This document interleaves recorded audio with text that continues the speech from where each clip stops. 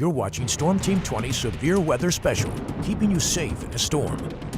Good evening, everyone, and thank you so much for joining our Severe Weather Special Report, keeping you safe in the storm. I'm Chief Meteorologist Cheryl Lemke, alongside fellow Storm Team Meteorologists Crain and Thomas Patrick. Over the next half hour, we'll cover everything you need to know to be fully prepared well before severe weather strikes and what action to take when it does. In addition to that vital safety and preparedness information, we break down what our area, Central Illinois, sees locally when it comes to the season. We take you inside a wind tunnel and explain the steps being taken to make homes more durable against extreme winds. And of course, we'll give you our Storm Team forecast outlook for 2018 as to whether or not this could be an active year for us. The most violent severe weather type is a tornado. In the U.S., there are about 1,400 tornadoes a year, with Illinois seeing about 50 per year. Tornadoes can occur at any time, but in Illinois, 2 out of every 3 tornadoes form in the months of April, May, and June. The National Weather Service issues a tornado warning when a tornado is actually spotted or if a funnel cloud may touch down at any moment. And when that happens, it's time to take action. Find shelter immediately by going inside a sturdy building or a storm shelter. Go to the lowest level and put as many walls between you and the outside elements as possible. Tornadoes come in a variety of shapes, sizes, and intensities. We classify tornadoes by rating them on the Enhanced Fujita scale or EF scale. It categorizes the intensity based on the damage it causes on a scale of 0 to 5, with 5 being the strongest. But even EF0 tornadoes have winds up to 85 miles per hour, which can rip shingles from a roof, topple trees, and cause power outages. EF5s have winds greater than 200 miles per hour. Other elements of a severe storm include strong winds and large hail. Severe thunderstorms are defined by winds at least 58 miles per hour or quarter-size hail. At these thresholds, property damage and power outages are likely. More than $1 billion of damage a year is attributed to wind, hail, and lightning. When a severe thunderstorm warning is issued, you, your kids, and pets should stay inside and stay away from windows until it's lifted.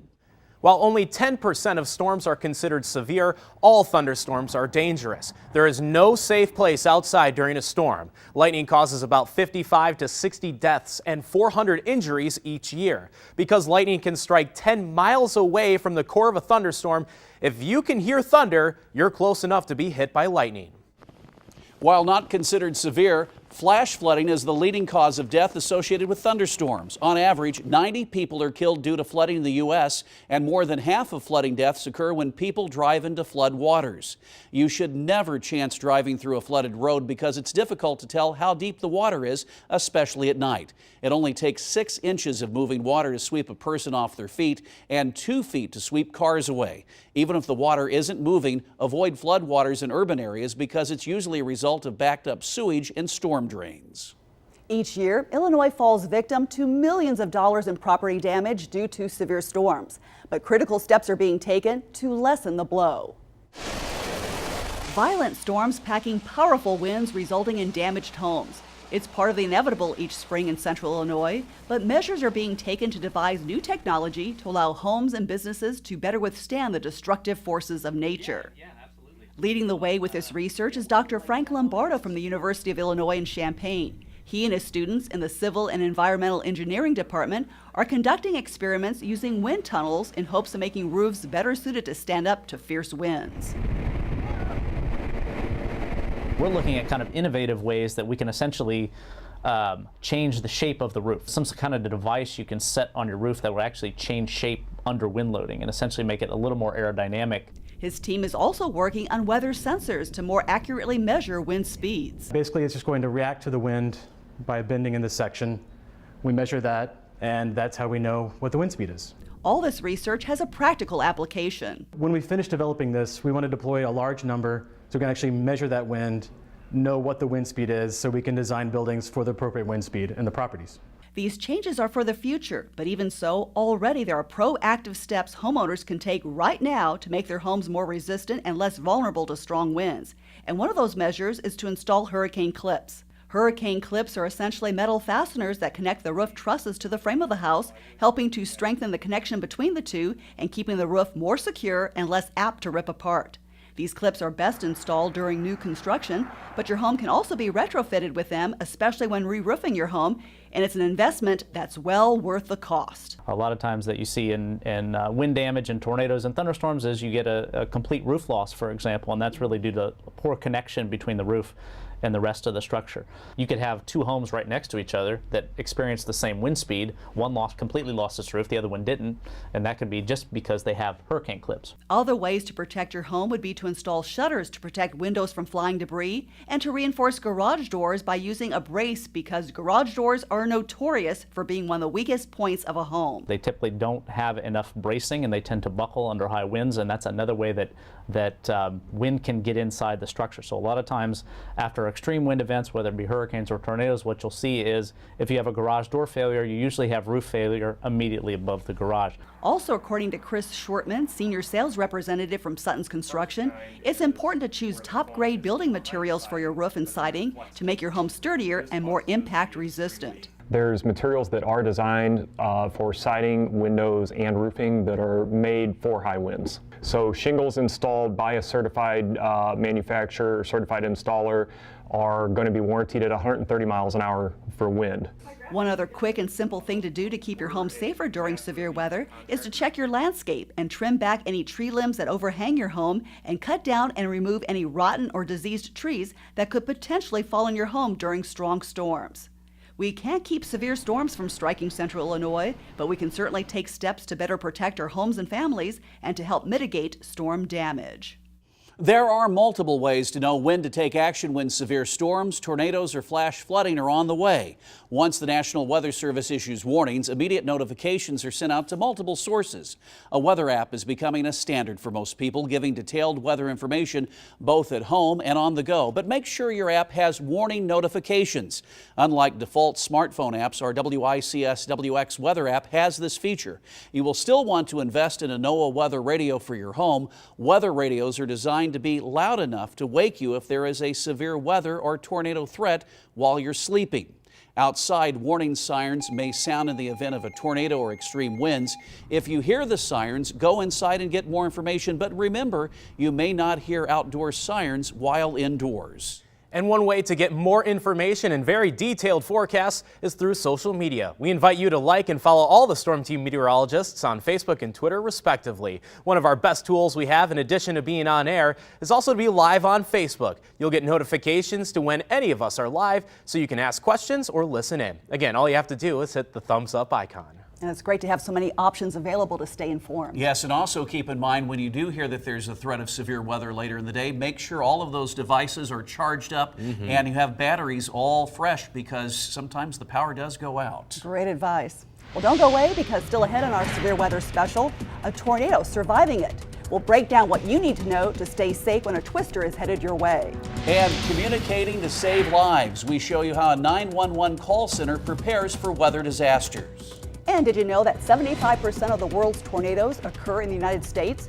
Canada experiences the second most at 5%.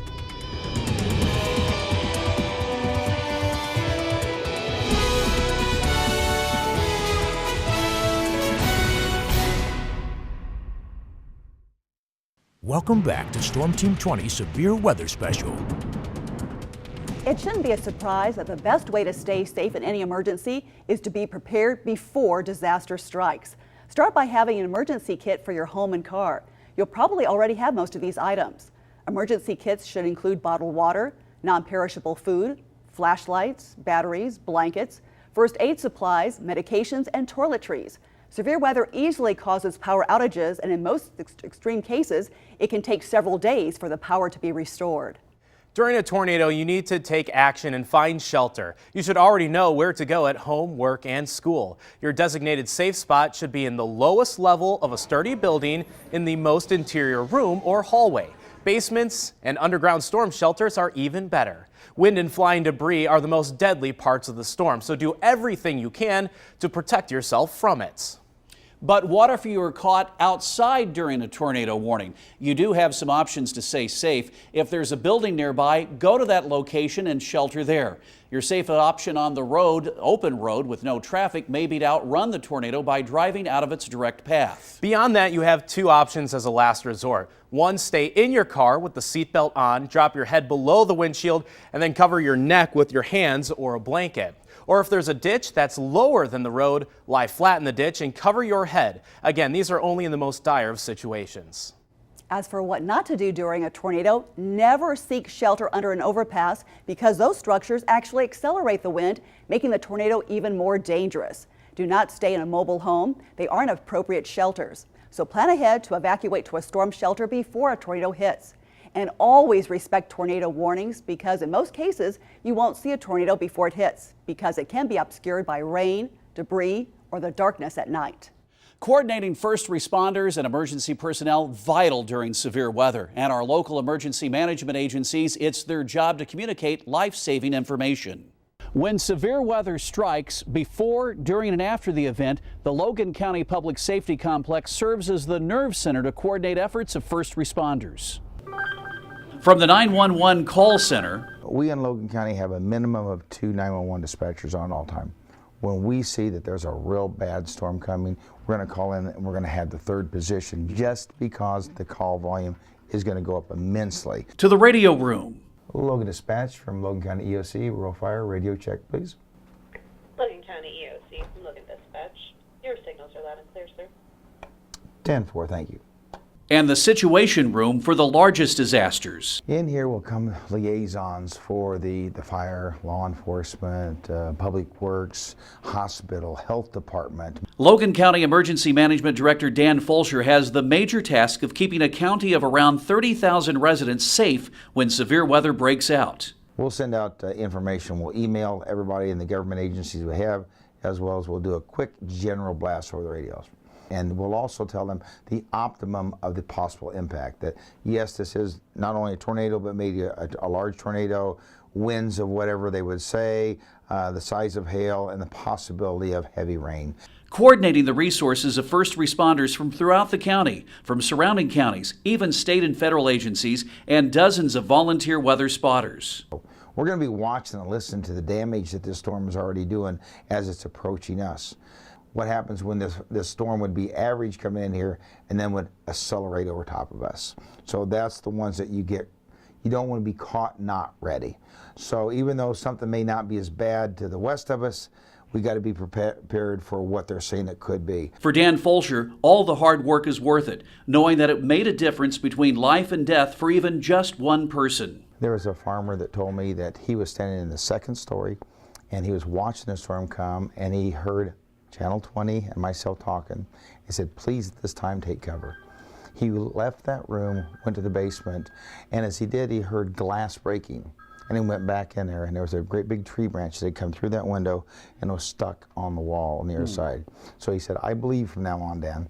And so that's just multitudes of my people listening. People really listen to what you do. And when we partner with you, that certainly makes a big difference. Tornado safety is a year-round requirement for our area. In fact, the National Weather Service notes that in recent years, the number of tornadoes that occur between the months of October and March has increased 8% over the past 10 years. Additionally, there seems to be a trend with the relationship between the winter season and spring season when it comes to severe weather. You know, what we've seen over the last few years is if we get the cool season type tornadoes and severe storms, the following spring, we don't seem to get as much. The last several years, April and May have been unusually quiet. Illinois did not see any tornadoes until April 3rd this year, which was the EF2 in Fayette and Effingham counties. Flash flooding has already hit so many Illinois communities in 2018. Doug Quick with our sister station in Champaign has a look at the damage and what you should do in the event of a flash flood.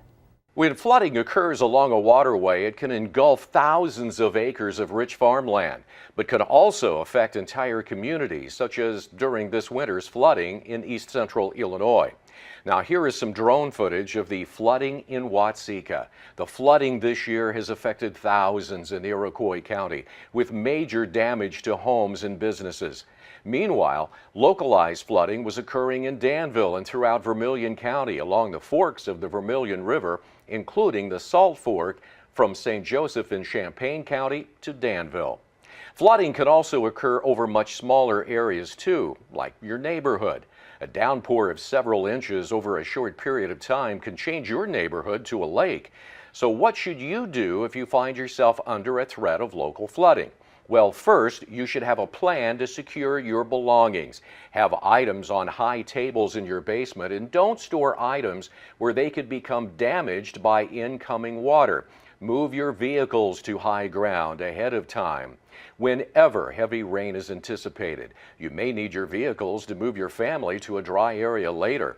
And if significant water has infiltrated your basement or the lower level of your home, you should have the number of your power company already on your cell phone to request a turn-off of both your electricity and to your natural gas service. Don't wade through standing water inside or outside, and avoid contact with any electrical appliances until the power is turned off.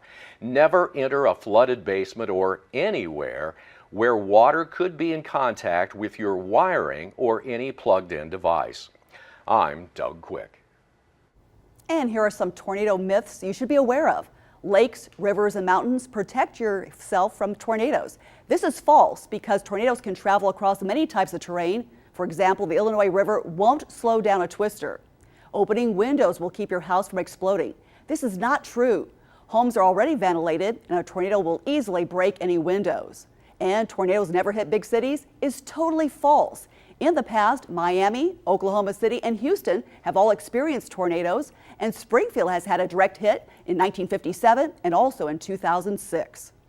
Coming up, it's a question many ask. What's the difference between a watch and a warning? Plus, how we use severe weather outlooks when crafting our forecast. Did you know there are about 14 lightning strikes per square mile in Illinois every year? That ranks 8th in the U.S.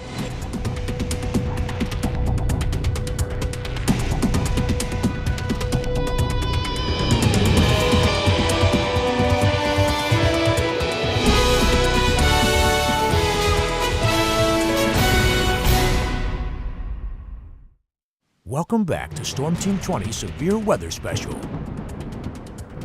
One of the most frequently asked questions is, what's the difference between a watch and a warning? Warnings are the most serious alerts. Tornado and severe thunderstorm warnings indicate that a tornado or severe weather is occurring or imminent. Warnings typically last for about 30 to 60 minutes and can cover parts of several counties.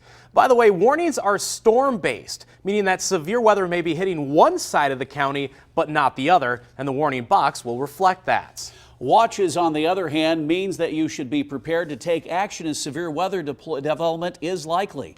Watches last about 4 to 8 hours and cover parts of several states. Severe weather outlooks are another common tool used in forecasts. The Storm Prediction Center issues outlooks daily and are used to predict outbreaks days in advance. A 5-point scale is used to detail the intensity or how widespread upcoming severe weather will be, with level 1 being the most limited and level 5 the most extreme. Our storm team will also use code red days as a way to alert you to significant weather events days in advance. Now, these days will be specific to central Illinois and can be used to alert you of a variety of major weather events. But remember, that does not replace the traditional National Weather Service alerts. Be sure to still take action when it comes to watches and warnings.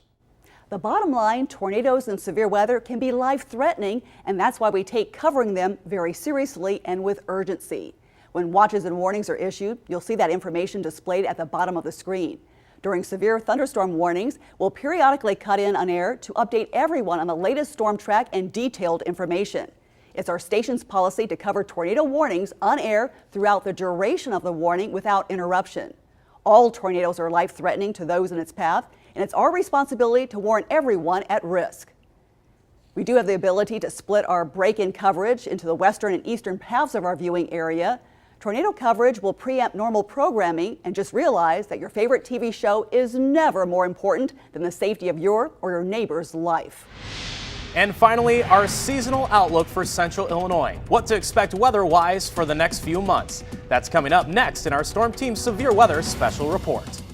Did you know the largest hailstone recorded in Illinois was 4 3/4 inch in diameter, larger than a softball on June 10, 2015, just northwest of Minoka.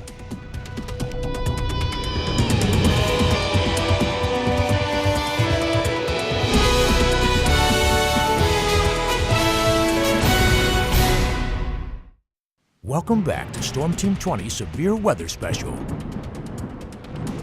And now it's time for our seasonal forecast for Central Illinois. We begin first with a severe weather outlook. Central Illinois appears to favor a near or slightly above average severe weather season over the next 3 months. Signals are weak as La Nina, which favors a more active spring for Illinois, transitions back to a neutral state. Plus, the trend is that a quiet winter can sometimes flip to a more active spring for our area. Temperatures appear to favor the increased severe weather possibilities as well. May, June, and July look to be warmer than average for Central Illinois.